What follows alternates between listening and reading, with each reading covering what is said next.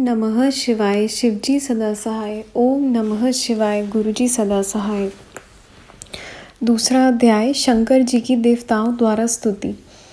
वर्तमान अध्याय में अमर स्तवन महान निकट शंभु के जाय के सुनो सकल धर ध्यान। व्यास जी बोले, हे वक्ताओं में श्रेष्ठ ब्रह्मा जी के पुत्र, फिर क्या हुआ और देवता कैसे सुखी हुए, यह मुझे सुनाइए। ब्रह्मा जी बोले, बुद्धिमान व्यास के इस वचन को सुनकर शिव जी के चरण कमलों को ध्यान कर सनत कुमार जी ने कहा, तब इस प्रकार त्रिपुरों के तेज से दग्ध हो इंद्रादि देवता दुखित हो ब्रह्मा जी के पास गए, अपना सब कष्ट कहा, उसके वध की प्रार्थना की। ब्रह्मा जी ने उन्हें संतोष देकर शिव जी के पास जाने की आज्ञा दी। तब दुखित देवता शंकर जी के पास गए, नमस्कार कर बड़ी स्तुति की। देवताओं ने कहा, हे हिरण्यगर्भ, हे सर्वव्यापक, आपको नमस्कार है। हे प्राणियों के संहार करता अमित तेजधारी, आपको नमस्कार है। सनत कुमार जी कहते हैं, जब अनेक प्रकार त्रिशूलधारी महादेव जी इंद्रादि ने स्तुति की और यह कहा, हे महादेव जी, तारक के पुत्रों ने हम सब इंद्रादि देवताओं को पराजित कर दिया है, त्रिलोक को अपने वश में करके हमको नष्ट कर सारे संसार को उजाड़ दिया है। हे शंकर जी, जब तक त्रिपुरों का नाश नहीं होता तब तक आप शीघ्र ही किसी नीति का विधान कीजिए। तब इंद्रादि देवताओं के इन वचनों को सुनकर उसके उत्तर में शिव जी ने कहा, तीसरा अध्याय भूतों और त्रिपुरों का धर्म। त्रिपुर बड़े धर्मात्मा, मम भक्ति में कीन, जा हेतु मैं विवश हूँ, विष्णु करूँ अधीन। शिव जी बोले, हे देवताओं, मैं तुम्हारे कष्टों को जान रहा हूँ, परंतु क्या करूँ, त्रिपुरों के स्वामी अभी तक पुण्यात्मा हैं, इस कारण वे अवध्य हैं। तब तक वह मेरे भक्त हैं, मैं उन्हें मार नहीं सकता। तुम सभी धर्मज्ञ हो, धर्म से विचार करो। मेरी सम्मति है कि इसके लिए तुम लोग विष्णु जी के पास जाओ, वह जैसा कहें वैसा करो।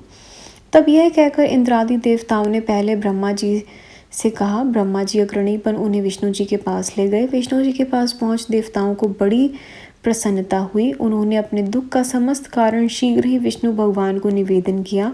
विष्णु जी ने सब बातें सुनकर कहा, यह सत्य है, जहाँ पर सनातन धर्म हो वहाँ दुख नहीं होना चाहिए। सूर्य के दिखने पर अंधकार नहीं होता। देवताओं ने कहा, तब हम क्या करें, हमारा दुख कैसे दूर करोगे, हमारी किस प्रकार स्थिति होगी और हम कैसे सुखी रहेंगे। त्रिपुरों के रहते तो धर्म नहीं रह सकता।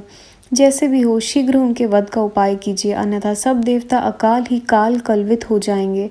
तब देवताओं की इस प्रार्थना को सुनकर नारायण भगवान ने अपने मन में यह विचार किया कि मैं देवताओं का कार्य कैसे करूं, क्योंकि तारक के पुत्र तो शिव जी के भक्त हैं। समर्थ विष्णु जी ने यज्ञों का स्मरण किया। उनके स्मरण करते ही यज्ञ गण वहाँ तत्क्षण आ उपस्थित हुए। उन्होंने उन पुराण पुरुषोत्तम यज्ञपति विष्णु को नमस्कार कर प्रसन्नता प्राप्त की। तब उन्हें दिखाकर विष्णु जी ने इंद्रादि से कहा कि हे देवताओं, तीनों जगत की विभूति के लिए यज्ञ करो, यज्ञों से ही त्रिपुरों का विनाश होगा।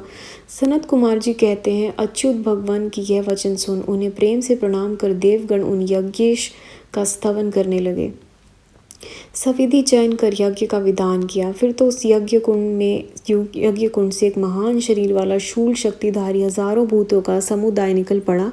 तब अनेक प्रहारों से युक्त नाना वेशधारी कालिग्न रुद्र के समान तथा काले सूर्य के समान प्रकट हुए उन भूतों ने विष्णु जी से कहा, हे भूतगणों, उन भूतों से विष्णु जी ने कहा, हे भूतगणों, देव कार्य के लिए तुम लोग मेरी आज्ञा से जल्द ही त्रिपुर नगर को जाकर उन्हें नष्ट कराओ, इसी में तुम्हारी ख्याति है।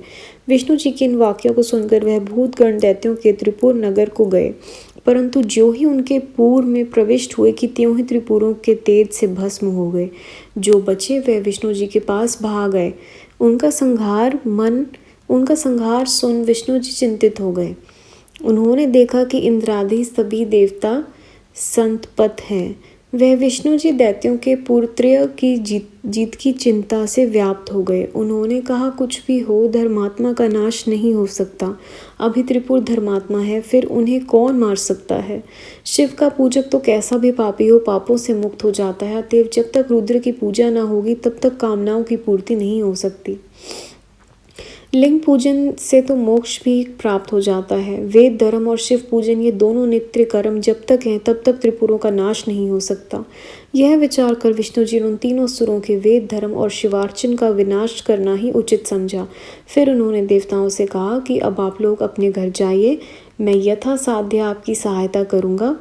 नहीं होगा तो तीनों दैत्यों को रुद्र से विमुख कर उन्हें भस्म कर दूंगा। सनत कुमार जी कहते हैं उनकी आज्ञा मानकर देवता अपने धाम आए। विष्णु जी उनके हित का विधान करने लगे। उसी सर्व पाप नाशक वृतांत को मैं तुम्हें सुनाता हूँ, सुनो।